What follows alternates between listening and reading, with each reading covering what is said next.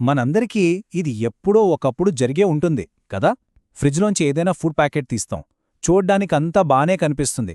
కాని దానిమీదున్న డేట్ చూడగానే అయ్యో నిన్నటితో అయిపోయిందే అని మనస్సులో ఒకటే టెన్షన్ మొదలవుతుంది. మరి ఇప్పుడేం చెయ్యాలి? తినాలా లేక పారేయాలా? ఆరోగ్యం ముఖ్యమా లేక ఆహారం వృధా చెయ్యకూడదా? ఇది మనందరం ఎదుర్కొనే పెద్ద డైలమా. ఇది నమ్మడానికి కొంచెం కష్టంగా ఉండొచ్చు, కానీ కేవలం ఈ డేట్స్ మీదున్న కన్ఫ్యూషన్ వల్ల ప్రతి ఏటా కొన్ని వందల కోట్ల రూపాయల విలువైన మంచి ఆహారం చెత్తపాలవుతోంది. ఇది నిజంగా చాలా పెద్ద సమస్య. సరే, అసలీ డేట్స్ కథేంటో ఒక్కసారి చూద్దామా? మనం అనుకుంటున్నట్టు ఇవి ఎప్పటినుంచో లేవు. నిజానికి ఇదొక చాలా కొత్తగా వచ్చిన కాన్సెప్ట్. ఒకప్పుడు మన అమ్మమ్మలు, తాతయ్యలు ఎలా చేసేవాళ్ళు? చాలా సింపుల్. వాసన చూసేవాళ్లు, కొంచెం రుచి చూసేవాళ్లు, పాలు విరిగితే పారేసేవాళ్లు.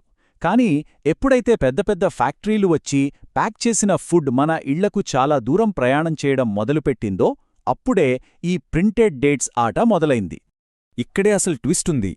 ఈ డేట్స్ పెట్టడానికి ముఖ్య కారణం సేఫ్టీ కాదు, క్వాలిటీ. అంటే ఆ తేదీ వరకు ఆహారం యొక్క టేస్ట్, టెక్స్చర్ అన్నీ చాలా బాగుంటాయని చెప్పడమే వాళ్ల ఉద్దేశం. ఇది చాలా పెద్ద తేడా, గుర్తుంచుకోవాల్సిన విషయం. సరే, మరి ఈ డేట్స్లో ఇన్ని రకాలెందుకున్నాయి? Best before, use by, sell by వీటన్నిటికీ ఉన్న తేడా ఏంటో ఇప్పుడు డీకోడ్ చేద్దాం. ఈ స్లైడ్లో ఉన్నది చాలా ముఖ్యం.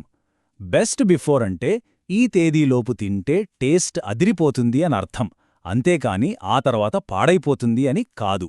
కాని యూజ్ బై మాత్రం చాలా సీరియస్ విషయం. ఇది సేఫ్టీకి సంబంధించింది.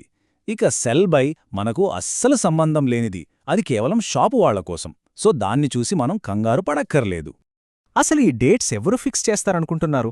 ప్రభుత్వమా? కాదు. ఆ ఫుడ్ తయారుచేసే కంపెనీలే స్వయంగా నిర్ణయిస్తాయి. వాళ్ళు చట్టపరంగా సేఫ్ సైడ్ ఉండటానికి చాలా జాగ్రత్తపడి డేట్ను చాలా ముందుగానే వేసేస్తారు.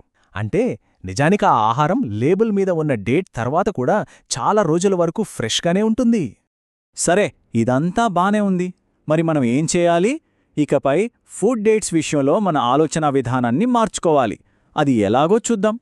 గుర్తుంచుకోవాల్సిన అతి ముఖ్యమైన పాయింట్ ఇదే. ఆ డేట్ అనేది ఒక గైడ్లైన్ మాత్రమే. అంతేగాని ఆ రోజు రాత్రి 12 గంటలవ్వగానే ఆహారాన్ని విషంగా మార్చేసే ఒక మ్యాజిక్ స్విచ్ అయితే కాదు. ఓకే, ఎప్పుడు డేట్ చూడాలి, ఎప్పుడు మనల్ని మనం నమ్ముకోవాలి?